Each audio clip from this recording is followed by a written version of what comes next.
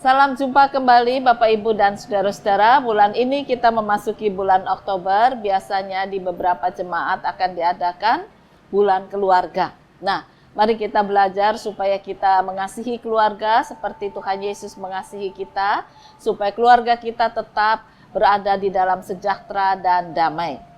Bacaan firman Tuhan akan mengajak kepada kita untuk kita tidak mendua hati, tetapi kita benar-benar fokus kepada keluarga dengan cinta kasih yang tulus. Yakobus pasal 1 ayat 8-11. Mari kita akan bersama-sama berdoa. Tuhan Yesus, kami mau bersyukur bulan keluarga sudah tiba dan ini mengingatkan akan kasih Tuhan pada keluarga kami. Ketika ayah dan ibu pertama kali menjadi pasangan suami istri, anak-anak lahir, semua karunia Tuhan. Biarlah karunia yang indah itu tetap kami jaga dengan hati yang penuh cinta kasih dan ketulusan. Oleh karena itu berfirmanlah ya Tuhan, supaya melalui firman Tuhan ini, keluarga kami senantiasa hidup di dalam kebahagiaan. Kami berdoa dalam nama Tuhan Yesus Kristus. Amin. Sebab orang yang mendua hati tidak akan tenang dalam hidupnya. Baiklah saudara yang berada dalam keadaan yang rendah, bermegah karena kedudukannya yang tinggi, dan orang kaya karena kedudukannya yang rendah. Sebab ia akan lenyap seperti bunga rumput. Karena matahari terbit dengan panas yang terik dan melayukan rumput itu, sehingga gugurlah bunganya dan hilanglah semaraknya. Demikian jugalah halnya dengan orang kaya. Di tengah-tengah segala usahanya, ia akan lenyap. Bapak Ibu dan Saudara-saudara, Yakobus pasal 1 ayat 8 mengatakan demikian. Sebab orang yang mendua hati tidak akan tenang dalam hidupnya.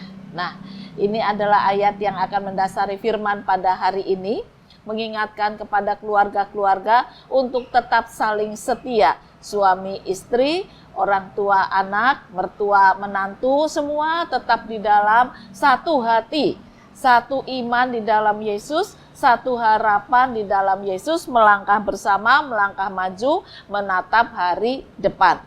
Kita tahu hari depan itu penuh dengan tantangan, ya, dengan kenaikan harga gas. Lalu sekarang ini semua ikut melonjak dan melonjak, naik dan naik. Sementara penghasilannya belum bisa naik. Nah, itulah tantangan kita. Jadi, marilah di tengah keluarga kita tidak saling curiga, tidak saling marah, tidak saling mendengki, atau saling menuntut. Karena ada banyak tuntutan-tuntutan di tengah keluarga yang tidak bisa ditahankan karena gengsi, karena pergaulan, karena keinginan, karena emosi dan macam-macam. Ya. Oleh karena itu firman Tuhan mengingatkan orang yang mendua hati tidak akan tenang dalam hidupnya. Bapak Ibu dan saudara-saudara, ada sepasang suami istri yang membangun kehidupan rumah tangga itu dengan meminta peneguhan pemberkatan pada Tuhan di satu gereja. Ya. Lalu perjalanan mereka ini mulus dan bagus dan menyenangkan sampai anak-anak lahir. Mereka punya 2 anak dan kemudian anak-anak mulai remaja. Dan ekonomi yang mereka alami semakin membaik. Nah, apa yang terjadi saudara-saudara, setelah ada ekonomi membaik, ada sedikit kelebihan, maka ibunya ini mulai ganti pola hidup. Tidak lagi sederhana seperti awalnya, ya, melainkan dia mungkin kepingin menikmati keindahan-keindahan pajangan-pajangan di toko. Apakah salah? Sebetulnya tidak salah ketika dia tahu menempatkan diri, tahu menghitung hasil, dan bisa mengelola keuangan keluarga dengan baik. Sayangnya ibu ini tidak bisa mengendalikan diri. Teman-teman membujuknya, ini dikredit boleh kok. Harganya tas ini 4 juta, nanti dikredit 1 tahun. Lalu 1 bulan kan cuma segini. Lah, istri ini mulai hitung-hitung dan akhirnya dia bilang, oh bisa, masih ada sisa dari uang makan, uang dapur. Mulai dia kredit, ya. Lalu temannya datang lagi, wah kalau tasnya 4 juta, bajumu cuma segitu ya enggak cocok. bajumu harus ganti, aku jual baju.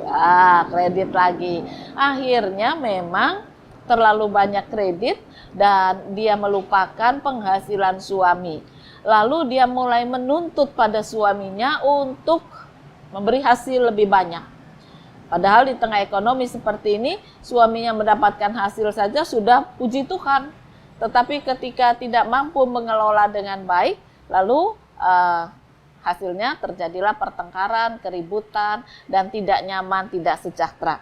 Nah, lebih lanjut Bapak Ibu, ketika si suami belum mampu untuk memberikan tuntutan keinginan istri, maka ada seorang laki-laki lain yang rupanya menyukai sang istri ini. Nah, istri ini bilang, aku sudah bojo, tetapi dia kaya dan dia belum menikah lagi ya. Pada umur segitu, dia punya uang dan dia belum menikah. Aku main-main sajalah. Ya, aku main-main sajalah. Jadi artinya dia bukan sekedar mulai berkenalan, tetapi apa itu ya, nah istilahnya teman tapi mesra itu ya. Jadi mulailah mereka kencan, mulai mereka jalan berdua, dan apa yang diharapkan oleh si perempuan ini dicukupi oleh laki-laki ini. Nah ini ya, sampai satu hari ketika sang istri sudah pulang lagi bersama keluarganya, bersama suami dan anaknya, tiba-tiba telepon berdering. Dan istri itu kaget ketika membaca HP-nya itu dari pacarnya. Wah, langsung dimatikan. Suaminya tanya, siapa mah? Bukan siapa-siapa, temanku biasa. Ya, sudah. Suami tidak curiga apa-apa. Lalu istri itu ya biasa, pura-pura biasa gitu. Tapi hatinya tidak tenang, pikirannya kacau, takut pacarnya telepon lagi. Dan ternyata memang pacarnya itu telepon terus ya. Sampai akhirnya HP itu dimatikan sama si istri. Malam tiba, mereka tidur. Tapi suaminya diam-diam buka HP istrinya. Pengen tahu. Ya. Ada rasa curiga kenapa istrinya itu kok gelisah. Gelisah menemani keluarga. Tidak seperti biasanya. Dan akhirnya ketika suaminya itu tahu siapa yang telepon, dia mulai curiga juga. Ya. Ada apa sebetulnya? Kenapa ada telepon yang berkali-kali dari satu nama yang tidak jelas? Suaminya ini mulai curiga, lalu dia mulai melihat telepon yang berkali-kali bunyi tadi tapi dimatikan. Ada nama yang tidak jelas dari nomor telepon tadi. Suaminya mulai bingung, ini nomor siapa ya? Nomor siapa? Mulai curiga lah. Ya, sebagai suami tentu punya perasaan terhadap kesensitifan di tengah keluarga. Ya. Akhirnya istrinya yang sedang tidur itu terbangun. Lalu istrinya terbangun dan dia lihat suaminya sedang duduk. Lalu istrinya bilang, "Pak, kok nggak tidur?" Suaminya bilang, "Iya, nanti sebentar." Lalu istrinya bangun dan berkata, "Papa tuh gimana? Sudah larut malam kok nggak tidur, malah main HP, nanti besok sakit. Tidur." Istrinya marah-marah gitu ya.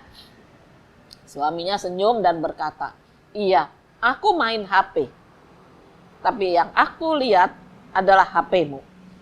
Istrinya kaget. Apa Papa bilang? "Kenapa Papa tidak minta izin? Buka HP-ku." Lalu suaminya bertanya, "Ada rahasia apa di antara kita? Kamu bebas buka HP-ku, sembarang waktu kamu pinjam HP-ku. Aku tahu kamu juga kontrol aku, bukan sekedar telepon atau WA.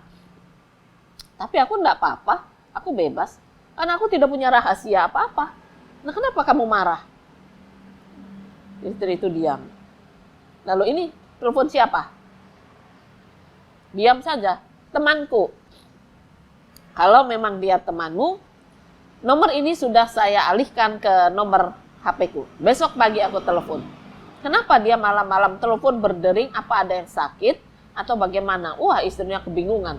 Lalu dia mulai cari cara, mulai merayu suaminya untuk melupakan ini dan itu. Nah, saudara-saudara, orang yang mendua hati itu tidak sejahtera.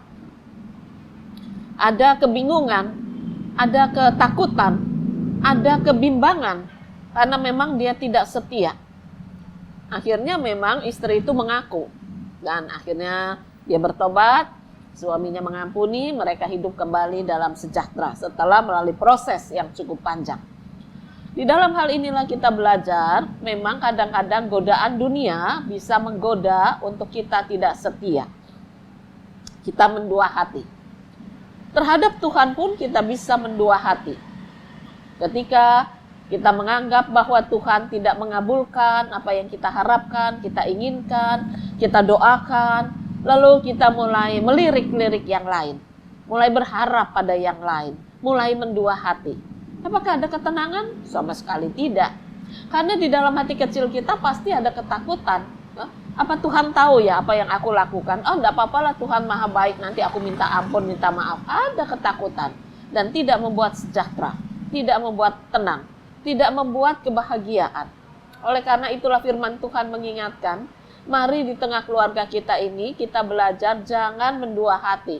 Suami terhadap istri, istri terhadap suami, suami istri terhadap Tuhan, orang tua terhadap anak, anak terhadap orang tua. Mari jangan mendua hati.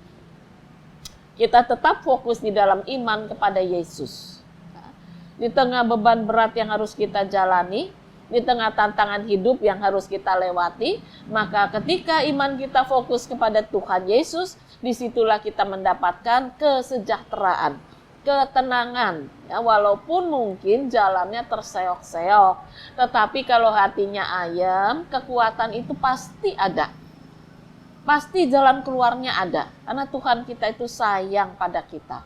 Nah, nikmatilah sayangnya Tuhan dengan sungguh-sungguh kembali fokus dalam iman. Nah, ketika kita fokus dalam iman kepada Yesus, maka keluarga kita juga akan hidup kembali dalam sejahtera dan damainya. Di bulan keluarga ini, kita tinggalkan segala yang mendua hati, tapi kembalilah kepada jalan yang benar. Selamat berkarya, Tuhan memberkati firman-Nya. Amin. Mari kembali kita akan berdoa.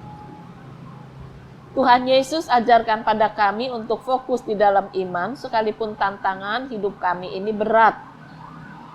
Godaan untuk tidak setia sangat-sangat menggoda hati kami, membuat kami bimbang, membuat kami ragu.